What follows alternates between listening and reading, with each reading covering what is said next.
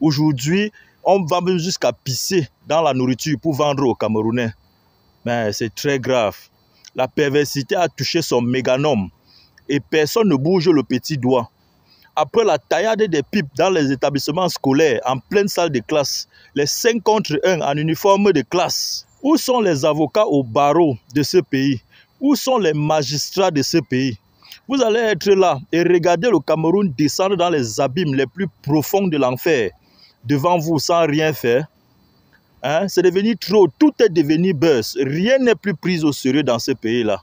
Avec le tchéléisme importé, voilà Brenda Mbia qui a importé le tchéléisme jusqu'à venir ouvrir sa boutique au Cameroun.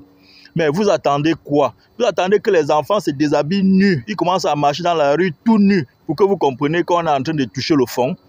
Vous, les magistrats, les avocats au barreau de Paris, là, vous, les leaders des partis politiques, là, vous ne commencez pas à porter plainte même à Brenda Mbia. Vous avez peur d'elle ou bien vous avez peur de son père?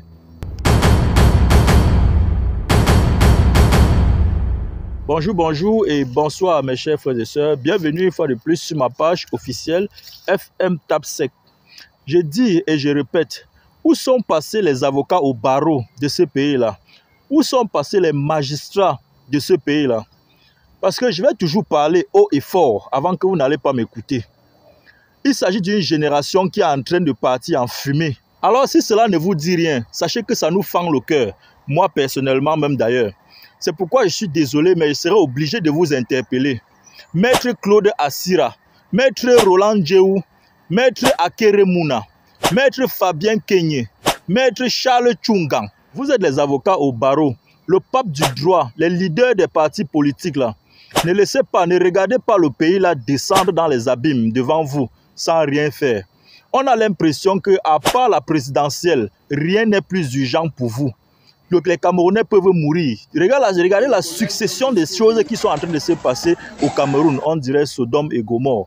Personne ne lève le petit doigt. Vous êtes tous là. Mais commencez même par porter plainte à Brenda Mbia. C'est vous qui maîtrisez les textes. C'est vous qui maîtrisez les lois et tout ça.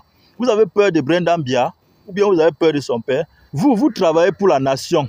Pendant que nous sommes sur les réseaux sociaux en train de crier, en train de décrier l'état du pays, vous ne pouvez pas être aussi sur les plateaux télé seulement en train de parler le gros français.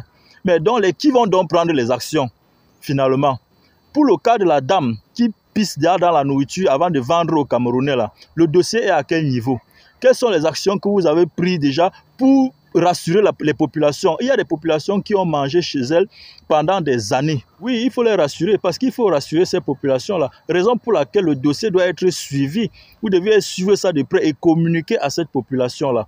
C'est vrai qu'il est scientifiquement prouvé que les urines ne nuisent pas à la santé de l'être humain, mais qui au contraire, c'est même une thérapie, une très bonne thérapie. Mais ça dépend des conditions dans lesquelles on les boit, soit ses propres urines, soit pour son conjoint, même pour ses enfants. C'est buvable, mais dans ces conditions-là, on doit déjà avoir son bilan de santé pour la dame et savoir si elle ne souffre pas de pathologies dangereuses.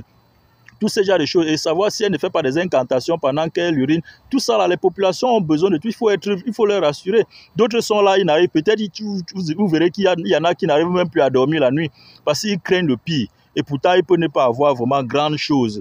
Mais de toutes les façons, les enquêtes, vous deviez être là en tant que les avocats, les magistrats et tout ça là, pour essayer de suivre l'affaire et rassurer les populations afin que chacun soit au moins en train de vivre en confiance. C'est de ça qu'il s'agit. C'est aussi le rôle des leaders, ça.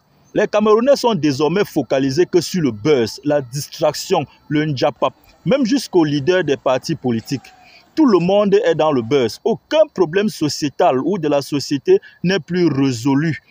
À chaque fois, on passe d'un buzz à un autre sans avoir résolu le problème du passé. Et du coup, ça récidive. Et à chaque fois, on assiste à une certaine redondance.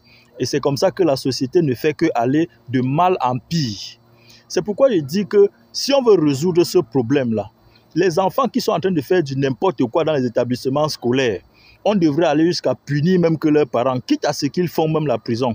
Si on n'emploie pas les méthodes fortes, à la dernière minute, il n'y aura plus moyen de faire marche arrière. C'est pourquoi on a besoin des hommes forts. Et je dis toujours que le Ngambé, c'est à ce moment-là qu'il est l'homme de la situation au Cameroun.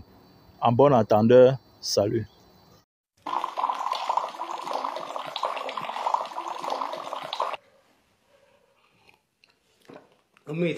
Je prends l'urine 2 fois par jour, matin et soir. Ce matin, j'avais un petit mal de tête et comme d'habitude, j'ai bu mon urine. Et 7 minutes après, mon mal de tête avait disparu.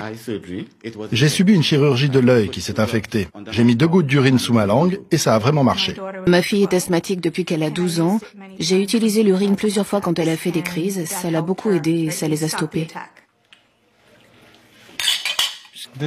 Mon verre quotidien.